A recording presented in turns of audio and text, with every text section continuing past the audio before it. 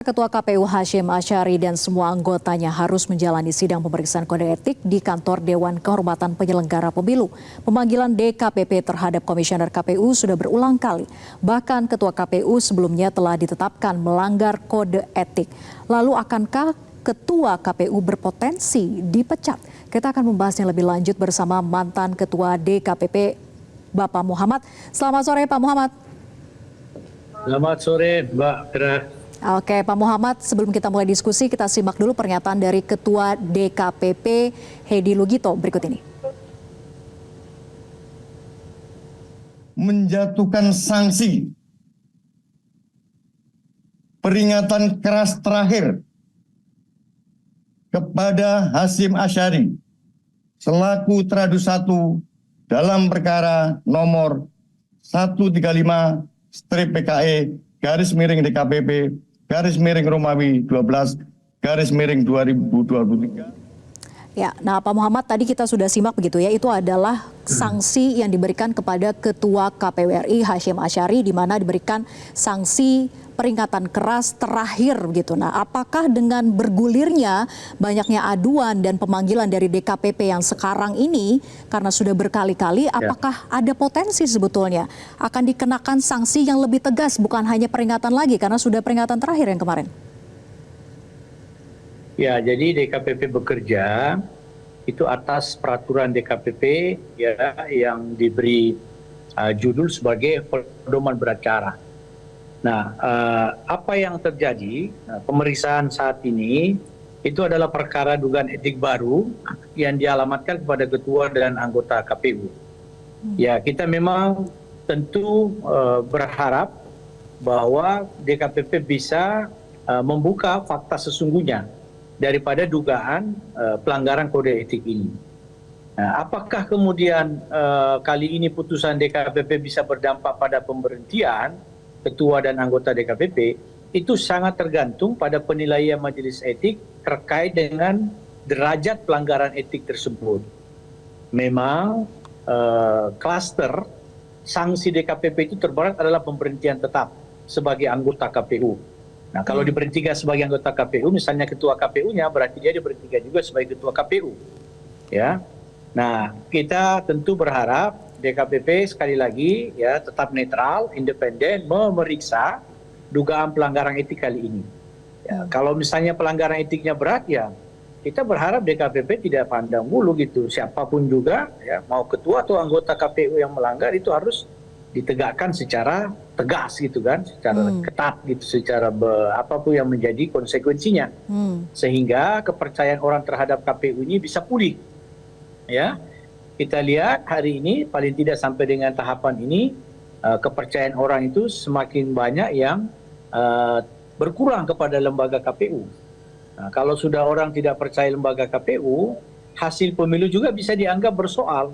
Baik. Ya, itu bahayanya di situ Mbak Fira. Itu potensi jadi orang persidangan berikutnya dari DKPP harusnya KPU. sanksinya tidak lagi hanya sekedar peringatan begitu ya, sudah bisa berupa sanksi tegas. Ya, kalau memang pelanggarannya berat, ini kan kalau misalnya terbukti bahwa terjadi kebocoran data pemilih, itu adalah sesuatu hal yang serius itu. Itu kedaulatan kita di situ. Ya, jadi tentu masuk kategori pelanggaran berat kalau memang terbukti ya dalam sidang etik ini. Oke, seberapa vital sebetulnya? Kan Komisioner KPU melanggar aturan yang ada diantaranya sebelumnya begitu ya, bertemu peserta pemilu, kemudian salah hitung kuota minimal 30% perempuan calon anggota DPR, DPRD hingga terima pencalonan Gibran.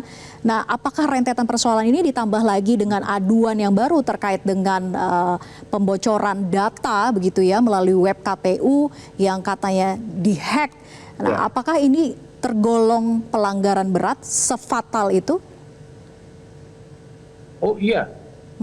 Kalau memang terbukti nanti di sidang etik bahwa KPU, ketua dan anggota KPU tidak firm ya menjaga kerahasiaan data ya, maka itu masuk kategori pelanggaran berat. Bayangkan data-data pemilih kita bisa bocor gitu ya. Ya tentu KPU akan berdalih bahwa ini tidak hanya menjadi tanggung jawab KPU, itu dalih yang kadang-kadang kita dengar bahwa ini ada serangan hack. Nah, nggak boleh KPU berlindung pada alasan itu. KPU harus sudah punya antisipasi yang cermat, tepat begitu.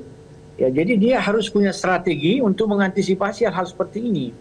Karena isu-isu atau fakta-fakta kebocoran data pemilih ini bukan kali ini saja, itu sudah berulang. Nah, pertanyaannya apakah kemudian KPU tidak belajar pada situasi-situasi pada pemilu sebelumnya? Kan itu menjadi big question bagi kita. Ya. Harusnya ada antisipasi yang baik, yang cermat, ya, melibatkan misalnya lembaga-lembaga yang relevan, lembaga sandi negara misalnya, atau lembaga-lembaga lain yang independen yang bisa memastikan keamanan data pemilih. Ini kedaulatan kita di situ tuh, data kita sampai bocor itu menurut saya itu termasuk kategori pelanggaran etik berat. Oke, jadi KPU jangan menjadikan hacker sebagai tameng begitu ya? Hanya dalih untuk lepas tanggung jawab. Beliau harus tanggung jawab.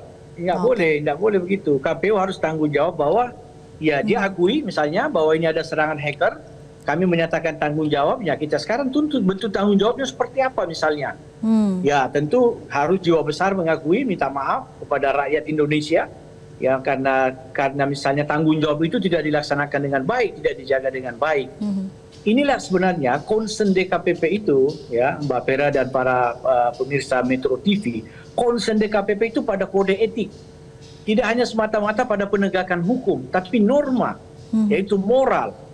Ini kalau misalnya di luar negeri, penyelenggara pemilu seperti ini sudah berkali-kali dia diberi sanksi oleh majelis etik, dia sudah mengundurkan diri, tidak harus menunggu diberhentikan. Jadi kita juga harus belajar dari luar negeri, penyelenggara pemilu di luar negeri, satu kali saja mendapat peringatan etik dari lembaga etik, bahwa dia terbukti misalnya tidak profesional, tidak bisa menjaga integritas, maka dia tidak menunggu diberhentikan. Itu kan diri. Sekali ya Pak Muhammad, pelajari. Ini kan justru pelanggarannya sudah berulang-ulang kali. Apakah sebetulnya pantas sampai dengan pada pemecatan? Ya, sekali lagi pedoman beracara DKPP itu tidak akumulatif. Jadi itu yang kita sayangkan juga. Jadi kalau misalnya seperti ini kan, kita tahu Ketua KPU itu sudah beberapa kali mendapat peringatan keras, 2 diantaranya peringatan keras terakhir.